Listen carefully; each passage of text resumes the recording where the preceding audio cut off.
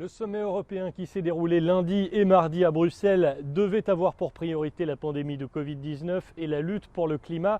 Mais c'est une autre actualité qui a bouleversé le calendrier des discussions. C'est le Bélarus qui a occupé la quasi-totalité des débats ce lundi.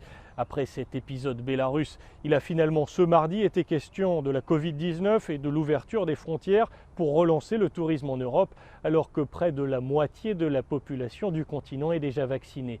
Je vous rappelle à ce titre que le 1er juillet prochain, un certificat sanitaire européen doit entrer en application pour permettre les voyages dans l'UE sous présentation d'un certificat de vaccination ou d'un test PCR négatif et aussi de garantir l'entrée dans l'UE aux voyageurs ayant reçu une dose d'un vaccin approuvé par les Européens.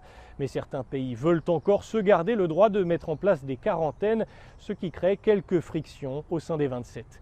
Le climat, enfin, était à l'ordre du jour et c'est peut-être le sujet le plus sensible alors que la Commission européenne doit présenter en juillet son plan pour atteindre la neutralité carbone du continent à l'horizon 2050. Les questions étaient celles de définir le rôle justement de la Commission pour y parvenir, mais aussi et surtout de définir le système répartissant entre les pays les efforts de réduction des émissions. Or, de grandes disparités prévalent entre les États, certains comme la Pologne, dépendant encore énormément du charbon. Ils craignent de devoir faire plus de sacrifices et tentent de peser sur le calendrier.